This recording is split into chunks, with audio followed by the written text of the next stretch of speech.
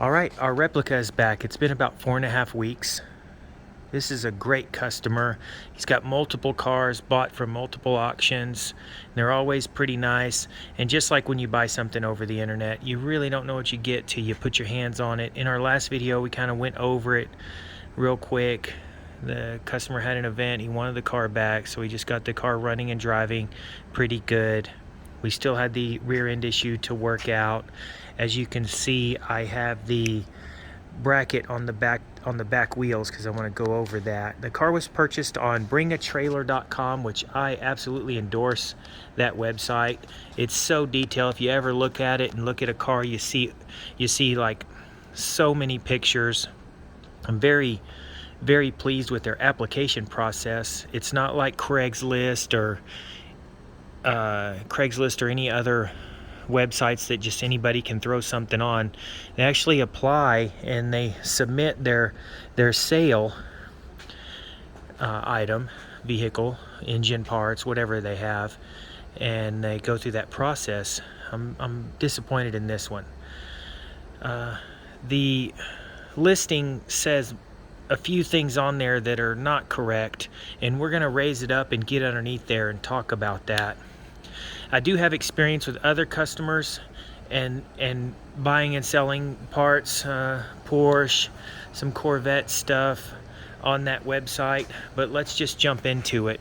What I want to do with this video is pretty much critique the ad that my customer bid on and the condition of the car to do with the rear end. Overall, it's a great car. The engine is awesome, transmission, I like it. It's got some electrical issues, so I have two problems with it. The rear end alignment, and then also the fuel system. If you notice on this car, as far as a Cobra replica and most of them, there's no fuel door. Usually it's on this, and you can just Google Cobra style fuel cap, and it's kind of like a racing cap that has a snap and it pops up and you can fast fill it. And I think we're going to go that route with this one. Go ahead and put that on there and change the tank, which I'll show you. But let's talk about the rear end. So I have these clamps on here just for a quick glance. If you look, so they're flush with the wheel. And if you look at the tip here where this one is sticking out, so this one is going pretty straight right here. So this wheel is tracking very nice. Let's go over to the other side. And like we saw in the first video, we knew this wheel was way forward of the wheel well. But if you look here, maybe I put some light on it. So you can see this one is almost touching the exhaust. This wheel is tracking way forward, or what you would call towed in. Most people have heard of the term toes. It's pretty simple. It's toes. I mean, let's have a alignment 101 real fast. So there's my toes. That's towed in. This car is actually like this and then towed out. So your alignment, you're talking about in a four-wheel alignment, which I'll talk about that too. I looked in the paperwork and it has four-wheel alignment. The customer or the seller had paid for this, or he acquired the car and had it done, or whatever it is, and that was totally fraudulent. There's no adjustments in the back at all. So we talked about toe, and then we'll talk about camber. So your camber is this angle. That's going to be negative camber, positive camber, and then your caster like a shopping cart. Shopping cart is very negative caster, which means if you look at the side of the car, the wheel would be from where it pivots in the center would be back like this. So that's negative caster. You don't want that especially a race car, because that just means the road will steer the car, not you. Positive caster like a motorcycle or a bicycle. You can let go of the handlebars and the car's going to go straight. I don't really know what the caster angles or camber angles are on this. But looking at it, they look relatively close. I think I have the Bringa trailer pulled up over here. Let's go look at it. Let's see. And you can Google Arntz. This is not proprietary at all. So this is the car. And if we look at it, this is our suspension. It says the rear suspension features Jaguar XKE rear components, and that's fine, including coil-over shocks, trailing arms, and anti-roll bar. While the front suspension is fitted with, I don't really have a problem with the front suspension. So I'll tell you what. Let's get underneath there and look at it. But let's go down to the pictures. Even in my video goes over all of this so you can see. And I have all of this paperwork, and it does show the alignment and all of that. But if we look down in here, let me get to, okay, here we are. Well, you can look right there. Focus. You can look right there in the middle of the screen and see how the wheel is way forward. Let's see. That's going to be, yeah. So you can look and see in the pictures even the issue with this car and the alignment. And once you get it in person, then you can also see it. All right, so let's get underneath it and look at the suspension. Remember we said trailing arms and anti-roll bar in the back. Hold on. Okay, we got it up. And remember in the last video, you can see where I talked about this arm is a little forward. Let's dive into it a little bit. I've had some time to look at this and research it. If you look right there at the drive shaft, it's going to be this second bar. We're almost rubbing this coil over, and then on the other side we have a huge gap. So that's telling me that our suspension parts, let's back up, let's see. So our suspension, we're going to have to tweak that, adjust it. Now, while it is Jaguar components, they have been cut and made shorter, custom drive axles. In the last video I called that an axle, but it's going to be a lower control arm. There is so much offset and crooked here. I've got to do a lot more measuring, and what I was doing in the last couple of weeks is trying to source parts. Because remember we talked about this guy is new to the car, and then this one over here has been either it's been wrecked and cracked and welded. This might contribute to the alignment issue. So if this has been welded and expanded this whole metal and this bracket here, or where it bolts into this bolt eyelet, it could have moved and caused the toe to be off. Now, but see, also the toe does not, remember we talked about the toe, like your toes, it does not address the issue of the whole wheel being too far forward. That's going to be from this area here. But while I was looking at everything, and I'm making this video because I'm like, whoa, the more I look, the worse it gets. And then we talked about there's custom bushings. Now, when you buy a car online, you're going to see this stuff. There's nothing to complain about. My issue is, remember we talked about, let me back up on this side. Remember we talked about it has the trailing arms. Well, trailing arms would be right here. There are no trailing arms on this car. And to look even further, we have a place for them. And then where this would go across here, I have not found, I would imagine that would bolt to this section, and we have two of those. We have this one and then one on the other side. So I would imagine it would bolt there in a bracket. And I happen to have a Heinz unit off of another car. Let's see. So this is what I will put on it. And what should have been is an adjustable similar to this. So it would go in here, and then a longer one, of course, it would go up to this bracket. So we're missing that. If we're pointing fingers at the seller, we're gonna say that's a no-no. You say it has trailing arms, you even talk about it. Now, if they left it out and just said Jaguar rear suspension and you get what you get and don't throw a fit, well, that's okay. Problem I have with it is you list all the components and they're not here. So let's talk about the sway bar or anti-roll bar. Now that's going to be in this kit that I've seen in the other ones. There's a bracket that bolts and clamps on right here, and then the sway bar will come off and go around this way and connect. Let's look at the front and see if I can point it out for the people who don't know what that is. You know what? Shame on me. I didn't look earlier. There's no sway bar on the front either. Come on. Wow. So there's no anti-roll bar on the front of this guy. No, that's a no-no. Well, so we don't have a anti-roll bar or sway bar in the front or the back. Well, that's something else to look at. So let's get back to this.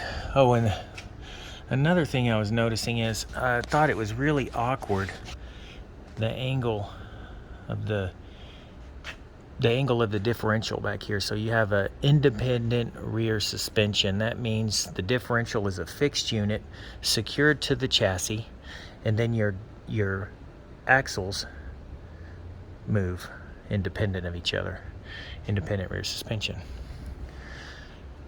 And while I was walking around this car, I noticed, let me see if I can see it from here. I noticed that this was dropped down as in relation to the frame. So you would expect the frame to come straight across and then the differential would be straight across, but no, it's actually tilted down. Let me try to get a different angle here. Let's see. Oh, there you go. So if you look right here, you can see this guy goes down in the back. Pretty substantial, about 1/2 inch or so. Oh, I found a prop. Let's see if we can see it with this. Just had some upholstery come in. There you go. I'm pretty sure that comes through on my screen. Now let's get underneath it. Let's shove the camera up where I couldn't see earlier. So let's go up in the top. And this is even a more upsetting part. I'm just going to shove the phone up there because I couldn't see. But if we get way up there, look at that. So our bracket, I try to reach up with my other hand. So this is part of the frame. And then this is going to be your top plate of your differential. Now, it's broken off, welded. But the other problem I have here is if we push this, if we raised it up or secured it, well then I don't think we don't have the clearance on the caliper. So the caliper needs to be repositioned, or I need to measure the pinion angle to see if the differential is going to be okay at this angle, and then just make a bigger block to support the rear end. I mean, you have a 502 big V8 back there and you go thrashing around on that thing. You send all of this torque back here, and without your trailing arm, without your trailing arm, your wheel is just torquing the whole car violently. Oh, well, now I'm looking at my screen while I'm making the video. Now remember, on this side we have this tab. But over here, where it looks like there was work, we're missing the tab altogether. We have this, but then we're missing the tab that goes on here.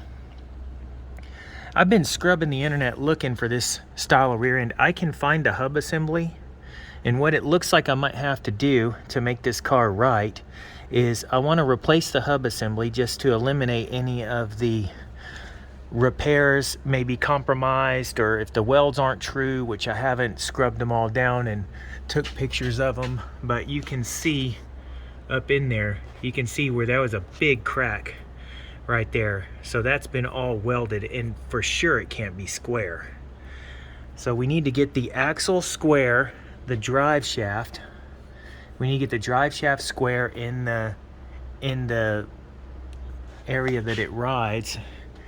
This one here is got a bigger gap. Let's see if we can zoom in.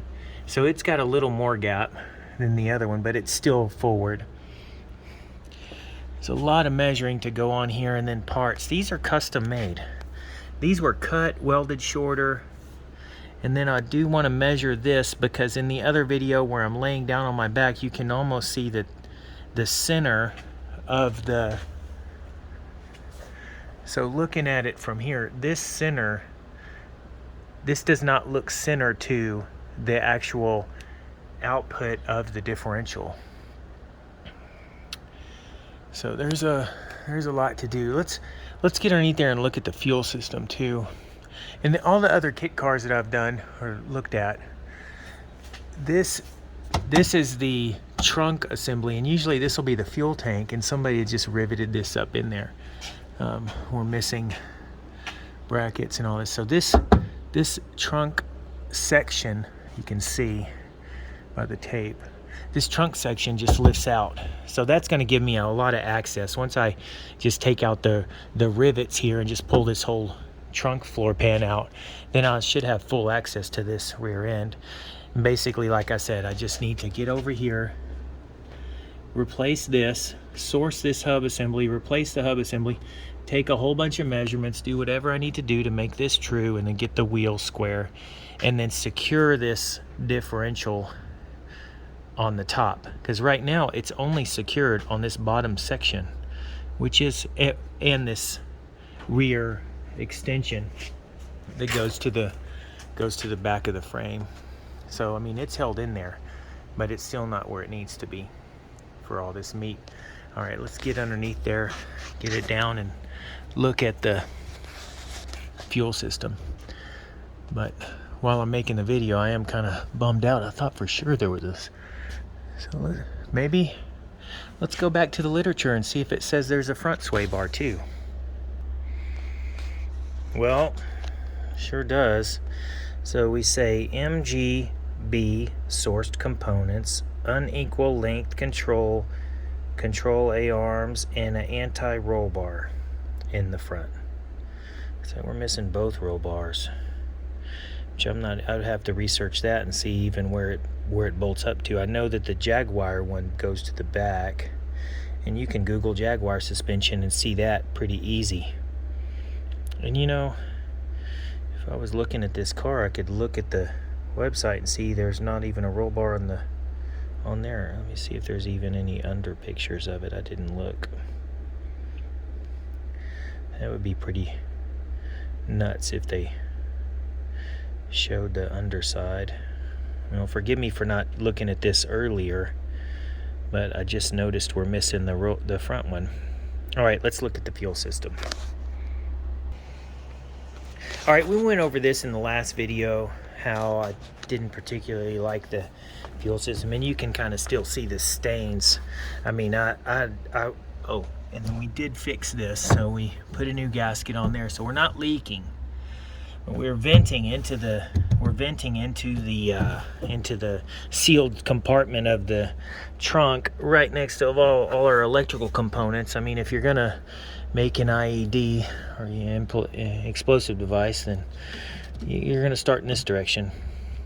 So I saw our straps. We have our straps here. I thought, well, let me just make a vent here and go to the outside, and we'll seal the cap and, you know, kind of save what we have. But no, we're not doing that to this guy. It's got to all come out. So we're measuring, shopping for the tank, which I haven't found one yet, just like the rear end components. I still need to source that. But then I thought, let me just study it a little more. What? It's totally loose. So the tank is actually loose in the trunk compartment, just sitting there. Let me see if I can go a little bigger. There it is. Oh, that's our dust. I have my light. Let me turn the light off so we don't see that. Look at this guy. So it's just sitting there loose, not even bolted into anything, like a suitcase. Well, I don't like that. So we're venting into the trunk. We're just flopping around loose. I mean, you could hit a big pothole and the whole thing would lift out. So as far as like making this a safe car to go, we've got two big problems. First of all, we have our fire problem, and then our alignment issue. I did get this car up to about 30 miles an hour, and you can imagine with your back wheel steering into the driver's seat and your other wheel tracking straight, it is a squirrely ride. So I'm making this video mainly as a critique on the seller. So if you have any questions, just let me know.